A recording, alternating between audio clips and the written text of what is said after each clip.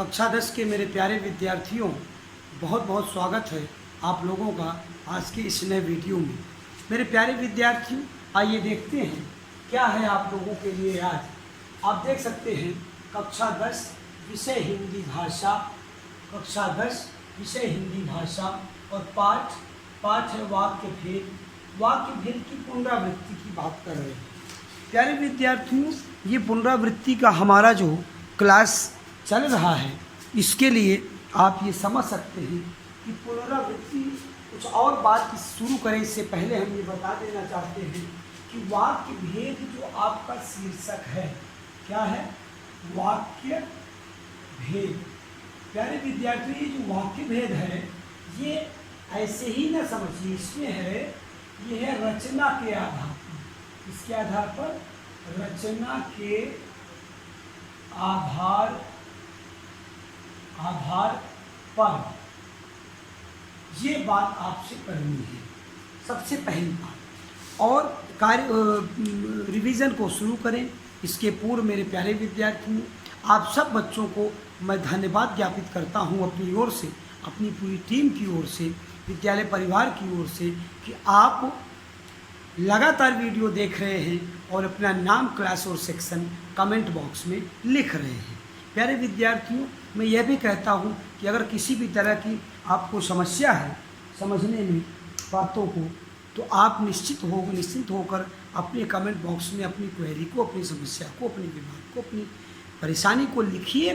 त्वरित समाधान करने का प्रयास मैं करूँगा।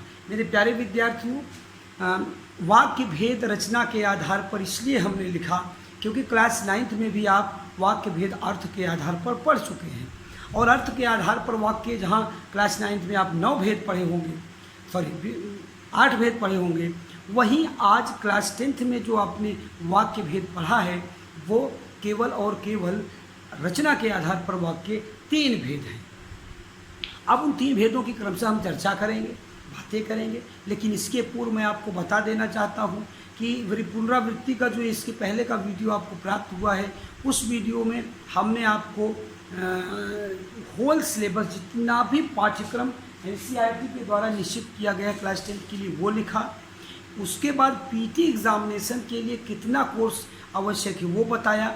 हमने ये भी बताया कि प्रश्न पत्र किस तरह का होगा ऑनलाइन में, प्रश्न कैसे होंगे ये भी बताया, प्रश्न का प्रकार बहुविकल्पी होगा ये भी आपसे बताया, और ये सारी आपकी जो क्वेरीज हैं, जो समस्याएं आप मेरी समझ में आ रही थी कि आपको हो सकती है, उस सब समस्याओं का समाधान मैंने बताने की कोशिश इसके पूर्व के वीडियो में किया है। आज पुनरावृत्ति के इस वीडियो में मैं आपको सीधे वाक्य भेद पर ले चलता हूँ। मेरे प्यारे विद्यार्थियों, हम वाक्य भेद रचना के आधार पर पढ़ रहे हैं, और रचना के आधार पर वाक्य जो भेद होते हैं वो कुल होते हैं कितने? 3 भेद। अभी हम तीनों भेदों की बात करेंगे। सबसे पहले हम क्या करना चाहते हैं, हम आपको बताना चाहते हैं, बात है किसकी? वाक्य। आपने बहुत सारी बातों को पढ़ा होगा, आपने वर्ण पढ़ा होगा, वर्णमाला पढ़ा होगा, शब्द पढ़ा होगा, सार्थक शब्द, निरर्थक शब्द को पढ़ा होगा। आज हम वाक्य की बात करते हैं, जिसको सेंटेंस कहते हैं। और कंप्लीट सेंटेंस क्या होता है, वाक्य किसे कहते हैं, वाक्य की परिभाषा क्या हो सकती है, ये सारी बातें वाक्य के संबंध में मेरे प्यारे विद्यार्थियों, पुनरावृत्ति का अर्थ ही होता है नो डाउट। मतलब पुनरावृत्ति के बाद, एक बार तो आपने पाठ को पढ़ा बड़े अच्छे से, अब हम उसकी पुनरावृत्ति करा रहे हैं, तो आप एकदम से निश्चिंत होकर पढ़िए, और उसको वो कोई भी समस्या इससे संबंधित नहीं रह जानी चाहिए। खूब घर में प्रैक्टिस करिएगा, और मैं जो पढ़ा रहा हूँ उसको आप ध्यान से देखिएगा। मेरे द्वारा जो अध्ययन सामग्री दी जा रही है पुनरावृत्ति में, वो मिनिमम है, मैक्सिमम नहीं है। मैक्सिमम के लिए आप फ्री हो, कहीं से भी किसी भी किताब से पढ़िए, कहीं से भी कोई समस्या आपको आती है आप सीधे कमेंट बॉक्स में लिखिए, मैं उसका समाधान करूँगा। तो ये है मिनिमम, इतना सब बच्चों को आना ही चाहिए। प्यारे विद्यार्थियों, आइए बातों को आगे बढ़ाते हैं और शुरू करते हैं और देखते हैं। आप देख सकते हैं कि यहाँ पर परिभाषा देखिए, तो आप कह सकते हैं भाषा, उद्देश्य तथा, ध्यान रखिए, उद्देश्य उद्देश्य तथा विधेय। अभी हम आपको समझाएंगे कि उद्देश्य क्या है और विधेय क्या है, ये भी आपको हम बताएंगे, समझाएंगे। उद्देश्य तथा विधेय से बनी भाषा की वह सार्थक इकाई जिसके द्वारा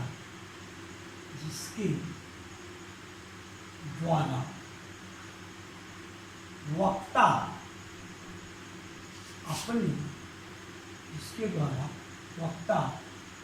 अपने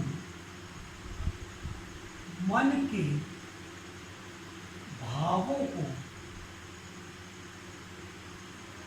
व्यक्त या स्पष्ट करता है,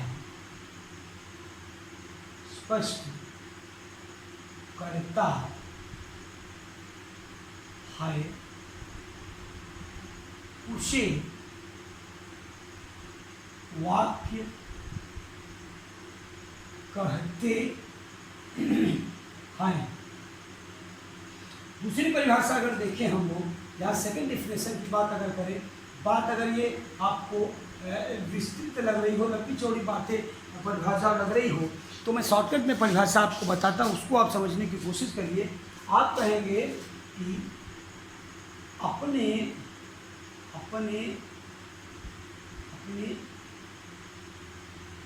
अर्थ की पूर्णता को व्यक्त करने वाली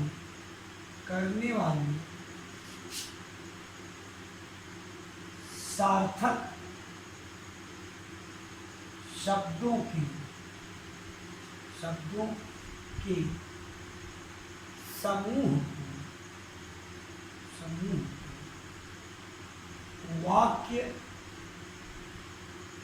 कहते हैं। प्यारे विद्यार्थियों, ये दूसरी परिभाषा है, ये सेकेंड डेफिनेशन है आपके लिए। आप इसकी दूसरी परिभाषा को भी ध्यान से देख सकते हैं। क्या लिख रहे हैं एक बार मैं पढ़ के सुना दे रहा हूँ। कभी कभी होता क्या है कि वीडियो में अनविजिबिलिटी आती है तो आपको समस्या होती है, इसलिए मैं पढ़ के समझा रहा हूँ, आप इसको समझने की कोशिश करिए। पहली परिभाषा क्या है कि उद्देश्य तथा विधेय से बनी भाषा की वह सार्थक इकाई जिसके द्वारा वक्ता अपने मन के भावों या विचारों को कर दीजिए, भावों को व्यक्त करता है अथवा स्पष्ट करता है, उसे वाक्य कहते हैं। दूसरी परिभाषा क्या कहती है कि अपने अर्थ की पूर्णता को व्यक्त करने वाले, मतलब जिस अर्थ में, जिस सेंस में बात कही जा रही है उस बात को पूरा कर रहा है। जैसे मैंने कहा गिलास पानी एक, इसका कोई अर्थ है क्या? मुझे एक गिलास पानी दीजिए, इसका एक सार्थक और सेंटेंस बनता है। तो भावों, अपने अर्थ की पूर्णता को व्यक्त करने वाले सार्थक शब्दों के समूह को वाक्य कहते हैं। यह है वाक्य की दूसरी परिभाषा। अब हम बातें करते हैं वाक्य के भेद। अब अर्थ के आधार पर नहीं बल्कि रचना के आधार पर वाक्य के भेद की बात करेंगे। वाक्य के भेद, तो भेद में आप देखेंगे कि भेद कितने हैं। वाक्य के केवल 3 भेद हैं। नंबर 1 सरल वाक्य, नंबर 2 संयुक्त वाक्य, और नंबर 3 है मिश्र या मिश्रित वाक्य। वाक्य, ये है वाक्य के 3 भेद। नंबर 1 सरल वाक्य, नंबर 2 संयुक्त वाक्य, नंबर 3 मिश्र या मिश्रित वाक्य। अब बातें होती हैं कि सरल वाक्य किसे कहते हैं। इस बात को देखेंगे तो आप कहेंगे एक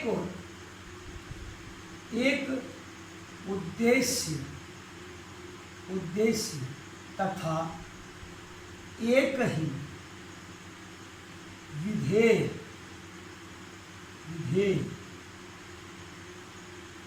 अथवा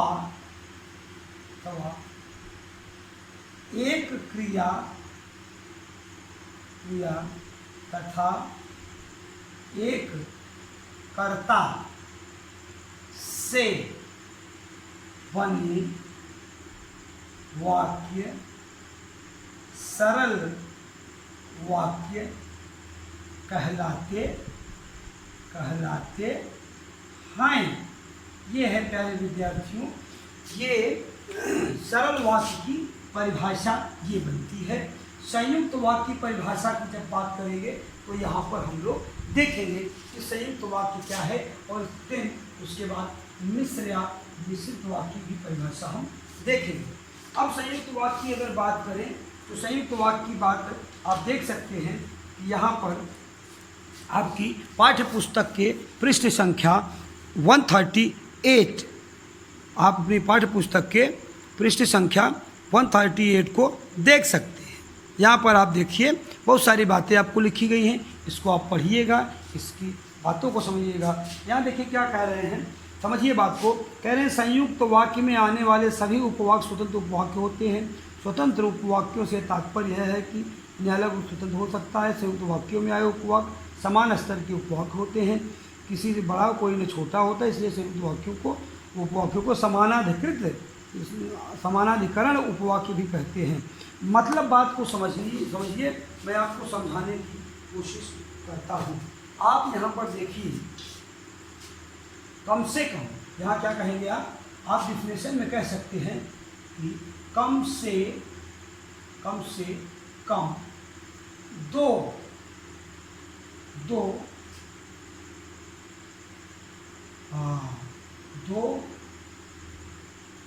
अलग अलग वाक्यों से मिलकर बने एक वाक्य को, तो कम से कम दो, ये जो है कम से कम दो अलग अलग वाक्य, मतलब दो सरल वाक्य की बात हो रही है, दो क्रिया दो कर्ता की बात हो रही है। तो कह रहे हैं कि कम से कम दो अलग अलग वाक्यों से मिलकर बने एक वाक्य को संयुक्त वाक्य कहते हैं। क्या कह रहे हैं? कहते हैं। अब मैं एक आपको क्लू दे रहा हूँ, ये स्टूडेंट रिवीजन का यही मतलब होता है। मैं आपको एक क्लू देता हूँ, आप जैसे ही देखेंगे एक वाक्य को, अगर वो संयुक्त वाक्य, आप तुरंत पहचान जाएंगे कि हाँ ये संयुक्त वाक्य ही है। मैं एक ऐसा क्लू दूंगा जिससे आप देखते ही वाक्य को पहचानिए भाई मिश्रित वाक्य है। हाँ, जब आपको बनाना होगा, दो तरह के क्वेश्चन परीक्षाओं में पूछे जाते हैं। कैसे? एक तो सरल वाक्य देगा, कहेगा आप संयुक्त वाक्य में बदलिए इसको, फिर दे देगा सरल वाक्य, कहेगा मिश्रित वाक्य में बदलिए, या संयुक्त को दे देगा मिश्रित बदलिए, मिश्रित को दे संयुक्त बदलिए, इसको दे सरल बदलिए। इसलिए ट्रांसफॉर्मेशन का क्वेश्चन आता ही आता है आपके एग्जामिनेशन में। मैं होम एग्जामिनेशन से लेकर बोर्ड एग्जामिनेशन तक की आपसे बात कर रहा हूँ। दूसरा क्वेश्चन कैसे आता है? कहता है कि निम्नलिखित वाक्यों को पहचान कर उनका नाम लिखिए, भेद लिखिए। किसके? अगर क्वेश्चन में ये कह रहा है कि वाक्य का भेद लिखिए, तो आप ये जान रहे हैं कि जबकि क्लास 9th के सिलेबस में अर्थ के आधार पर है, क्लास 10th के सिलेबस में रचना के आधार पर है, कभी अगर जीवन में कभी भी, मतलब क्लास 10th का एग्ज़ाम देने तक अगर आपसे कभी भी पूछा जाता है कि वाक्य भेद बताइए, वहाँ नहीं लिखा गया है रचना के आधार पर, फिर भी आपको जानते रहना है कि as a class 10th student आपको रचना के आधार पर ही वाक्य भेद बताना है। मतलब आपको केवल 3 ही वाक्य जानना है, सरल वाक्य, संयुक्त वाक्य और मिश्र या मिश्रित वाक्य। 3 ही प्रकार के वाक्य आप जानते हैं। कौन? क्लास 10th के प्यारे प्यारे छोटे छोटे नन्हे नन्हे विद्यार्थियों को मैं कह रहा हूँ कि आप वाक्य भेद जो जान रहे हैं उसके केवल 3 भेद हैं, और किसके आधार पर हैं? रचना के आधार पर। कौन कौन है? सरल वाक्य, संयुक्त वाक्य और मिश्र या मिश्रित वाक्य। तो इस तरह से आप इस बात को मैं क्लू दे रहा हूँ, कौन कौन से शब्द आपको मिलेंगे तो आप जान। देखिए जब हमने कहा कि दो उद्देश्य दो विधेय के साथ वाक्य बनते हैं, एक से ज़्यादा वाक्य रहेंगे, तो वहाँ पर क्या होगा, संयुक्त वाक्य होगा। तो उन दो सरल वाक्यों को जोड़ने का जो काम करेगा वो कौन कौन से शब्द हो सकते हैं, उसको मैं आपको यहाँ लिख के बताता हूँ। आप देखिए आपकी पाठ्य पुस्तक में विस्तृत है, दूर तक है, इसलिए मैं उसको एक पास करता हूँ। और देखिए सबसे पहले क्या देखेंगे, तथा, तथा, एवं, और। अब आप समझते चलिएगा एक एक शब्द को। अगर दो वाक्यों के बीच में ये शब्द लगे हैं तो वो संयुक्त वाक्य है। आगे देख लिए, या,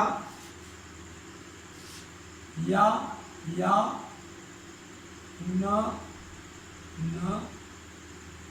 की, ये भी है, की भी है आपका, और इसके द्वारा भी, या अथवा, और या अथवा।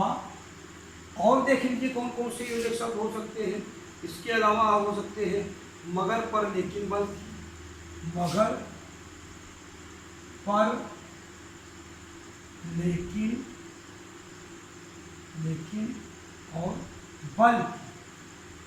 क्या है, बल्कि जी। और अगर शब्द देखना चाहें तो और हो सकते हैं, अतः, इसलिए, सो। क्या करेंगे, सो, अतः, इसलिए,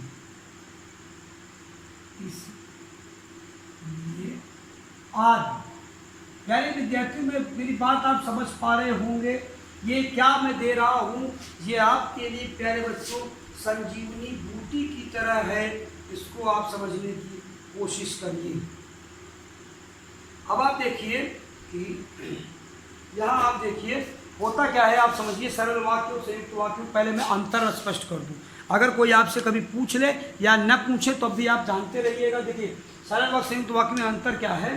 सरल वाक्य में एक उद्देश्य है। उद्देश्य क्या है, उद्देश्य कर्ता, वाक्य का कर्ता ही उद्देश्य है। जो सब्जेक्ट है, इंग्लिश में जिसको आप सब्जेक्ट के नाम से जानते हैं, सेंटेंस का जो सब्जेक्ट है वही आपका उद्देश्य है।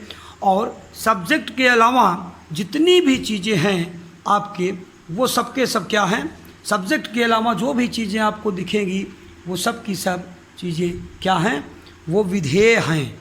ये आप इसको जानते रहिएगा प्यारे विद्यार्थी। अब इसके बाद क्या होता है कि आप इसको देख लिए। अब मैं एक बात आपसे करूं कि अब मिश्रित वाक्य या मिश्र वाक्य की बात करूं आपसे, तो आप देख सकते हैं कि मिश्र वाक्य या मिश्रित वाक्य क्या है। अब यहाँ पर कह रहे एक उद्देश्य एक विधेय के साथ या अथवा एक क्रिया एक कर्ता की बात हो तो वो वहाँ पर जो है सरल वाक्य होता है। इसमें जोड़ने की कोई बात नहीं है। यहाँ दो से एक से ज़्यादा सरल वाक्य अर्थात कम से कम दो सरल वाक्यों को मिलाकर जो वाक्य बनता है वो संयुक्त वाक्य होता है। और दोनों, ये बात ध्यान रखिएगा, दोनों वाक्यों का अपना अलग अलग अस्तित्व होता है, दोनों स्वतंत्र होते हैं, दोनों से एक दूसरे को कोई प्रभाव नहीं होता। लेकिन अब जब मिश्रित की बात बताएंगे आप देखिएगा, एक प्रधान उपवाक्य होगा और एक आश्रित उपवाक्य होगा। इस तरह का जो वाक्य बनेगा वो मिश्र या मिश्रित वाक्य होगा। और उसको भी जोड़ने के लिए कुछ शब्द होंगे, उसको मैं अभी आपको बताता हूँ, उसको आप देखिएगा। तो अब हम मिश्रित या मिश्रित वाक्य की परिभाषा लिख रहे हैं। अब आप देखिए क्या है, कह रहे हैं दो या दो से अधिक, दो या दो से अधिक सरल वाक्यों से मिलकर, दो या दो से अधिक सरल वाक्यों से मिलकर एक प्रधान तथा अन्य आश्रित उपवाक्यों के मेल को, आश्रित उपवाक्यों के इसको मेल को मिश्रित वाक्य कहते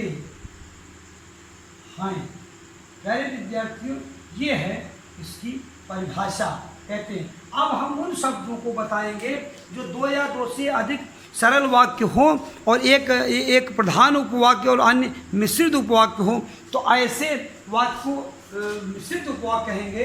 तो अब इन्हें जोड़ने के जो योजक शब्द हैं, जो आपकी पाठ्य पुस्तक जो कि आप यहाँ देख सकते हैं, आपकी पाठ्य पुस्तक आपके सामने है, इसमें भी दिया गया है, उसके द्वारा भी आप इसको जान सकते हैं। पहले तो आता है, पहला जो शब्द है वो है जो। पहला शब्द क्या है? जो शब्द आता है। जो क्या आता है? जो। दूसरा आता है जैसे वैसे। जैसे वैसे, जैसे ही वैसे ही, जैसे ही सुबह हुई वैसे ही चिड़िया चहचहाने लगी। अब मैं अन्य शब्दों को अगर बात करूं तो ये सब जो है की भी आता है, इसको भी आप देख लीजिए। समुच्चय बोधक शब्दों ये की भी आता है, एक शब्द की भी है। और भी अगर यह रहे, पुस्तक आपके लिए देखिए, पाठ्य पुस्तक आपकी है, की आप देख सकते हैं, की भी दिया है, इसको भी आप जोड़िए। इसमें कामा होता ही है, जैसे मुझे जैसे ही वैसे ही, ये भी है, जैसे वैसे है, ये भी आप देख लीजिए, ये भी आपका की भी है। यहाँ पर अन्य वाक्यों को भी आप देख सकते हैं, इनके द्वारा भी आप इसमें से निकाल सकते हैं। जिसे उसे, ये भी हो सकता है, क्या हो सकता है? जिसे जिसे उसे, हाँ, जिसे उसे, जिससे उससे, जिससे उससे, उससे आदि कर सकते हैं। इस तरह के बहुत सारे शब्द हैं, आप इनको देख सकते हैं। ये मेरे प्यारे विद्यार्थियों, ये रहा आपका, हमने आपको जो फार्मूला बताया। यहाँ पर आप इस बात को समझने की कोशिश कीजिए। हम यहाँ पर आदि लिख दे रहे हैं, आप समझ सकते हैं कि क्या क्या आपके लिए प्रयोग में है, क्या क्या आपके लिए उपयोगी है। मेरे प्यारे विद्यार्थियों, अब इन तीनों वाक्यों को, सरल वाक्य, संयुक्त वाक्य और मिश्र या मिश्रित वाक्य को आप समझिए और आप देखिए।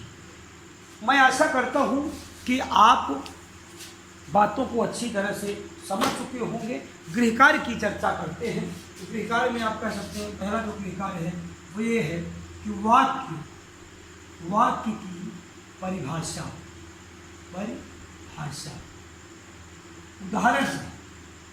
उदाहरण सहित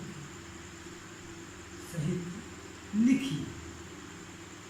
आप अपनी पाठ्य पुस्तक की मदद से ज़्यादा बातों को लिखने और पढ़ने की कोशिश कीजिएगा। दूसरे अभ्यास कार्य की बात करें अगर हम, तो कह सकते हैं कि सरल, संयुक्त तथा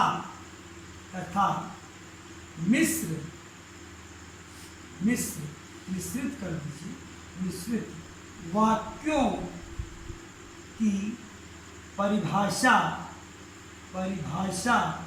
तथा उदाहरण